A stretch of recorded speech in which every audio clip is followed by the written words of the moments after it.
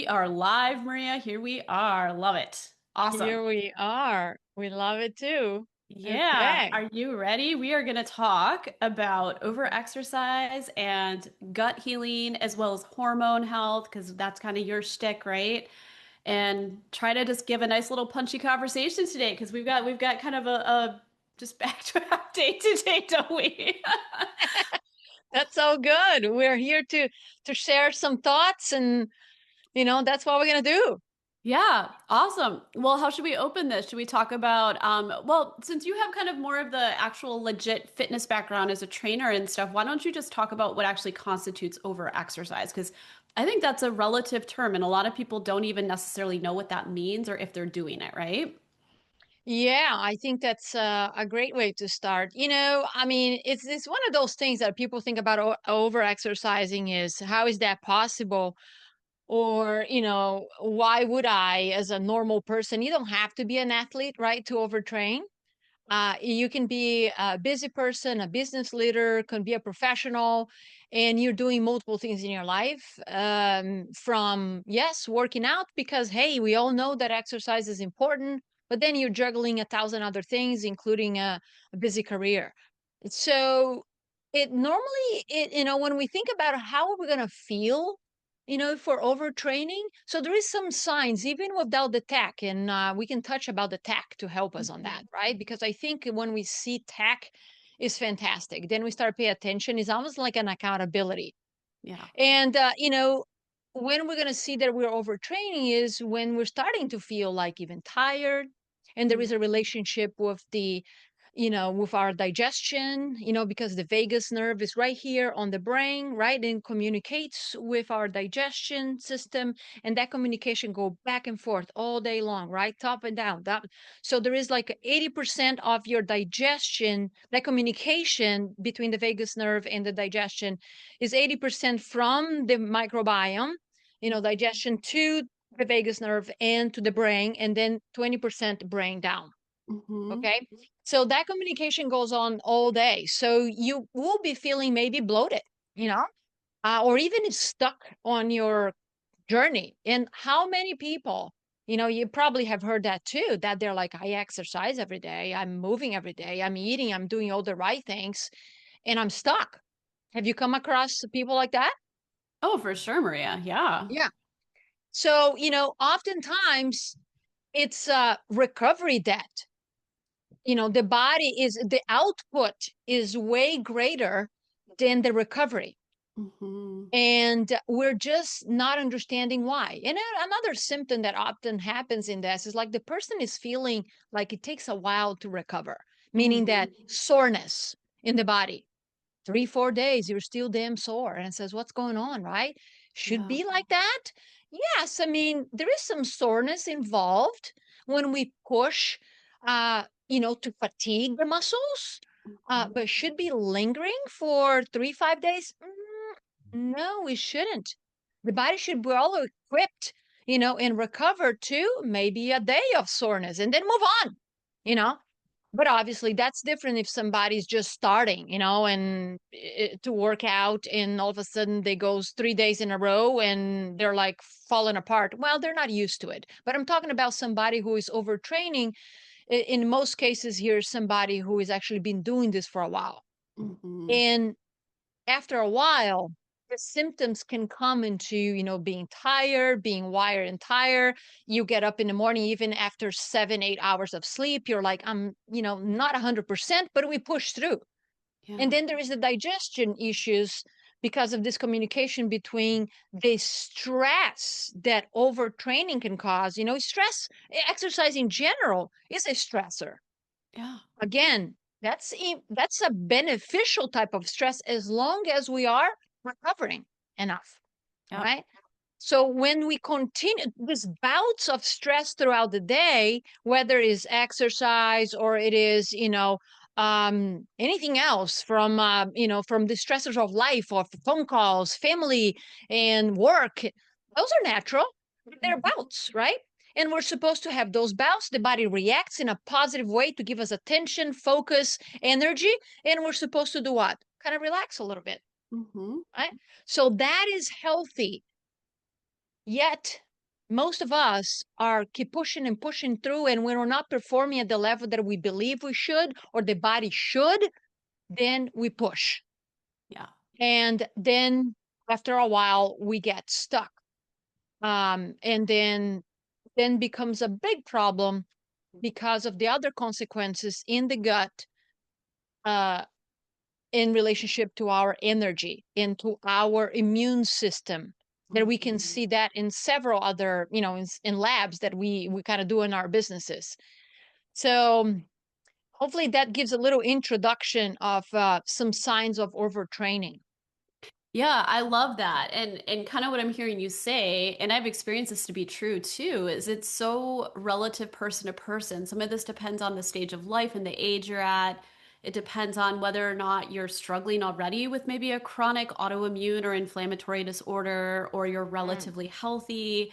And all of those demands on that energy pool, whether they're mental demands like, say, running a business, or other mental demands like, say, parenting kids, or who knows what, right? Like that, if it's creating a lot of distress hormone output over the day, is going to lower your overall capacity to potentially engage in intense and prolonged exercise, because it's still drawing on that same pool of energy, right, Maria? Yes, that is correct. And if you think about how do we recover, well, it's gonna be, yes, we can have this short recoveries throughout the day. I calling time out, throughout the day, but Yeah. is overnight. Yeah. The growth overall in our in our muscle and health and recovery is during that times of sleep. And then Mhm. we think about, okay, if I get 8 hours of sleep, it should be enough. And it says, no, not technically. It depends on the markers, what are we getting as far as deep sleep, HRV, REM sleep, all those things will kind of help us to assess if we're recovering. That's where the tech can come really a great, tool over here for us to take a look into even adapt our exercise routine. There is a tech that tells us numbers, but is that bulletproof? No, I don't Right. do tech only. Right. I have my watch over here, a fitness watch that does sleep and does HRV and a bunch of other stuff, body temperature. Then I have my Aura ring that also does similar stuff. And these are different tools that give some data and some reliability depending on the tool. Right. And to me, it's like the first thing actually that I do when I wake up. I open my eyes. Literally, that's the first things that I do is I push the button over here to my watch and say I'm awake. So while it's doing this calculation, then I take my phone, from the airplane mode and turn on my Aura app, and it says I'm awake. And then what? Literally, I You're don't hardcore, fail. Maria. I don't fail on this process. And while it's doing all those things, I'm close my eyes and I'm like, how do I feel? And then I kind of compare the notes. Oh, that's hilarious. Yes. Yeah. And let me Yeah. tell you, you start learning. And then sometimes the damn thing says, oh, you had a great night of sleep. And I'm like, I'm like, hold on a second. What's going on here? And it says, okay, did I really? And I'm feeling, I said, and then I says, let me see how I feel in the next 10 to 15 minutes after I'm up. And it says, sometimes is right on it. And Yeah. sometimes it's the opposite. It says that I had a crappy night of sleep. And I says, feeling actually pretty good. And sometimes it's in the afternoon that I'm going to feel. And it says, I think the tool actually was telling me the right thing. I'm feeling depleted about 2 or 3 o'clock. You know, Yeah. I'm always looking at the data. And I teach my clients this way. Yeah. And they become really fascinated. It says, oh my God, this is so true. And it says, hold on, it's a tech, it's how you feel. And then we're gonna equip our days, Yeah. according to how we feel in the tech. Yeah. And the tech is based on, again, the HRV, the deep sleep, and all this kind of stuff, Right. that we've been learning. And then when we combine the data from a stool test, from a cortisol test that can come from adrenal cortex or a Dutch, then we start seeing and putting the puzzle together. Exactly. So, and you can tell a lot too. I mean, there are several tests that we can use, but I think that we said the wheat zoomer, is that the one that you kind of like for that too as well? Is that right? Yeah, well, it's a good one because it has a very complete leaky gut panel on it. And I mean, we could kind of just put this out there, but like when we were trained originally as FDN practitioners, as you know, Maria, like they like to train us on a foundational 5 set of labs, which are great labs, but as you get a little bit more experience and you start to figure out kind of where you want to go and specialize and let's be honest, a lot of the people that end up reaching out to us are also quite complex, and sometimes it just makes sense to run different testing to kind of look deeper or look at other Mhm. factors. And so I've actually found that in my practice, because I'm dealing with a lot of GI people, people with IBS or IBD diagnoses or symptoms, and then also a lot of just autoimmune stuff too, that the wheat simmer has kind of become more of a regular go-to for me, not only because it has a great leaky gut panel on it, but also just because I kind of want that black and white clarity, as does the client. Are we sensitive and reactive to wheat? And if we're avoiding it, are we successfully doing so? It can be great for both of those things, but the leaky gut panel is fantastic. And to get that as an add-on, if you're, say, running a GI map side by side, is awesome because it'll look at basically three different specific markers of leakiness, if you will. There's kind of traditional like leakiness through the spaces of the cells. We call these spaces the tight junctions, which a lot of tests can kind of give you that indication, including the GI map through a marker called zonulin, right, which is a protein that regulates the opening and closing. But on the wheat zoomer, they also have another protein called actin that it's looking at, which kind of explains like transcellular leakage, which is another way things can leak out of the gut, but literally through like the membranes of the cells, not so much the spaces between them. And so that's a possibility. And then you've got anti-LPS, which is kind of an indicator of Mm. gram-negative bacteria in the gut, which are producing this lipopolysaccharide, which can Mhm. actually really drive leaky gut because it activates Mm. the immune system, causes tons of inflammation. And so what's awesome about that is relating this back to that over exercise, if we've got high cortisol output happening, Mhm. that can create a lot of inflammatory changes in the gut as Mhm. well as mucosal barrier breakdown. And then we can see that reflected in the degree of leakiness of the gut through a test like the wheat zoomer. So it's just a very good way to get a sense of like, how bad is this problem? And then if we know the Yes. context of, well, this is a marathon runner who's been doing this religiously for the last 10 years, and over the last 3 years, their health has started to tank. Well, Yes. gee, there's probably a relationship there now that we can go back and like troubleshoot with the other tests and just what we know, right, Maria? Yes, and you're touching a point that, just today I had two calls with clients that, I mean, these people are driven.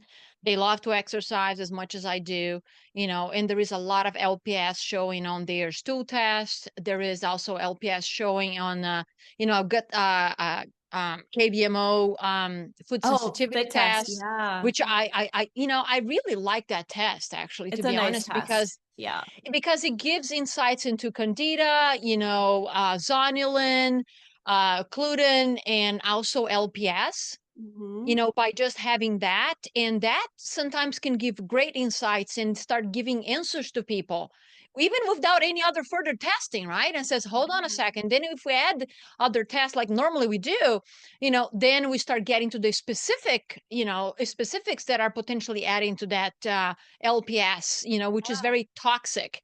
Right. And then you start then having a conversation with people. What is your habits? How your life has been, like an example you just gave.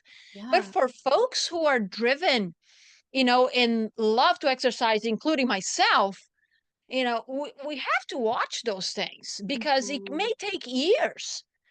Everybody has a different, like, one individual today, I was talking to him and he was like, my immune system, your immune system, you probably from your genetics, including, it's strong, but we have a lot of LPS bacteria Oh, in yeah. showing everywhere, from the food sensitivities to several bacteria on his GI map showing, LPS.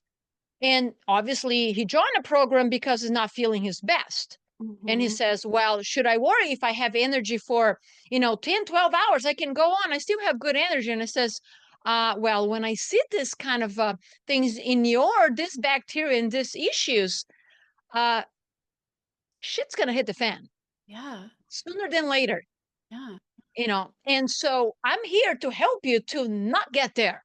Right. That's why we task to give people insights, Hmm. but there is a symptom. The reason that they're looking for solutions is they want to get to their next level of optimal health or reach optimal health, whatever it is for them, right? Right. But also to prevent and also to maybe undo certain things that, have been going on for a while, but they know that they're not feeling the same. So Yep. yeah, this cortisol is staying elevated is a huge problem because suppresses this secretory IgA that is the first line of defense in the gut, and that's all people need to know. You Yeah. know, so once that goes down, then there is a microbiome shift, Yeah. and there is less good bacteria, beneficial bacteria. There's more opportunistic ones growing on potentially, and that this toxins, this leaky gut that you're talking about, get into circulation, and then inflammation rises. Hmm.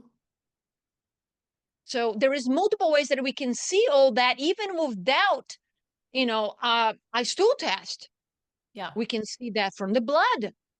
We can Yeah. see that CRP going Yep. up. We can see ferritin going up. We can see insulin. So we still start to see markers in the blood that start giving signs, hey, there is something else going on. So, those are things that we can look from one test or multiple tests. Obviously, we love to have multiple tests because it gives us input from different directions in the person. But sometimes, Hmm. uh, blood is going to give us insights. So the question is the physician that you're working with even ordering certain biomarkers Yeah. that is Like going to give those CRP, right? insights? Yeah, exactly. And some of them are actually typically on the table. It's just that it wouldn't necessarily be on a standard blood work panel, right? So Correct. this is where, as your own best advocate, when you go in to see your doctor for a wellness check, you have to advocate for yourself and ask specifically for like vitamin D. Not that that's necessarily as related, but that's one people don't realize they can ask for. So high sensitivity C-reactive protein, right? Which is the one Maria was just speaking to, like insulin, fasting glucose. Some of those theoretically should be covered by most insurance plans, right? So Mhm. yeah, just stuff to know because whatever data you can get is going to be better than no data wherever you are on your health journey. Whether you're looking to eventually work with a functionally trained practitioner like Maria or I, or you're just trying to get more savvy and smart so you can figure out how to better navigate this path on your own. Either way, right? Like more data, better data is always good, I think. Yes, I Yeah. agree. It's there is a lot that we can do, and yet it requires somebody to pause. I really say, literally, it's pausing Yeah. to ask some questions, how you truly feel. Am I operating at a great level of performance, whatever performance is personal, in the fitness, professional, whatever performance is in the bedroom, right? This is all performance. I think Yeah, life is performance. it How we is. performance in life. What do you expect to be performing? And please, please do not say that, oh, I'm aging, so I should not be performing much better because most of the people are down. It says, I don't care what most people are. I don't care. I don't want to be compared to most people. I really don't. I wanted to continue for myself and for you, listener, right, to Hmm. thrive for better and better. So don't quit asking the questions, and don't quit thinking that you're lacking energy or that you're aging, because that's not it. Yeah, That's exactly. not it. So we have to look into multiple avenues to get the data, because the data exists. Yeah, It's pausing and say, how do I feel? How I would like to perform? What areas in my health, once I pause, I notice that are not maybe at par, exactly. Yeah. right? And overtraining could be one of them, because you just love it and you think that you're doing good. But more doesn't mean, you know, best a lot Right. of times. Yeah.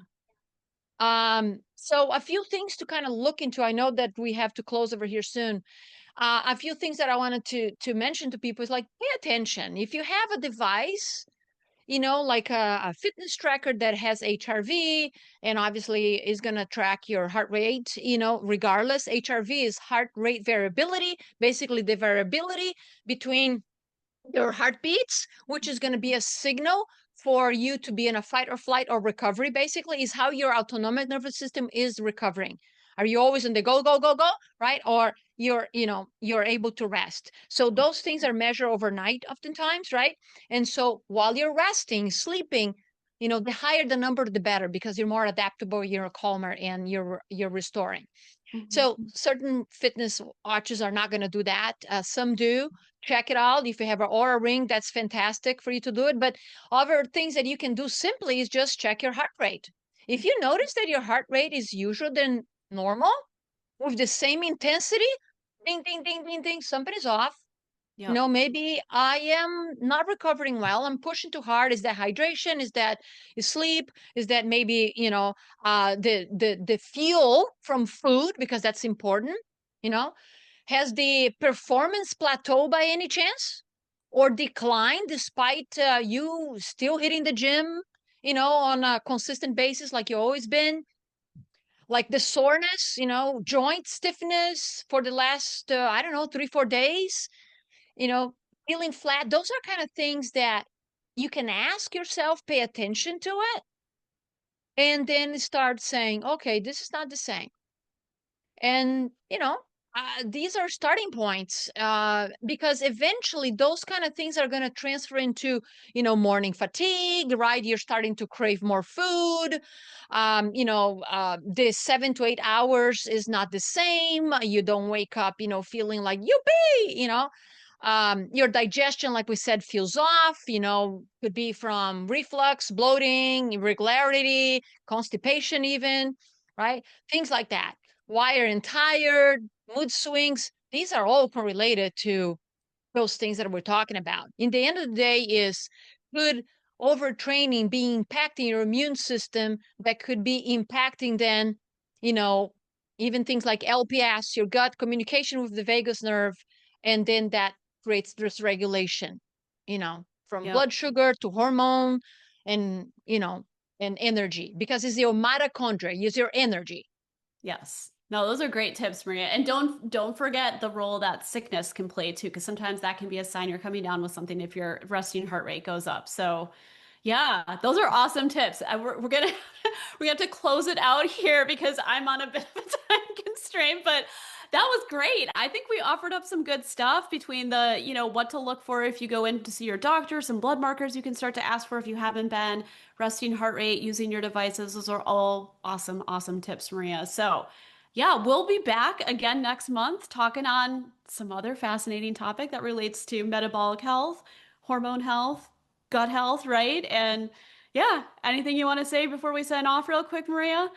No, I mean, I think this was good, short and sweet, and hopefully this is helpful. If you have any questions, reach out to one of us. Yeah. We're always open to, answer questions and have a call to Yeah. discuss anything you want to discuss. Please submit questions. We'll answer them on the next one. That would be amazing. All right. Well, good to chat with you, Maria. We will touch The base same. next month then, okay? All right. Yes. Have a Bye-bye. good one. Bye. Bye.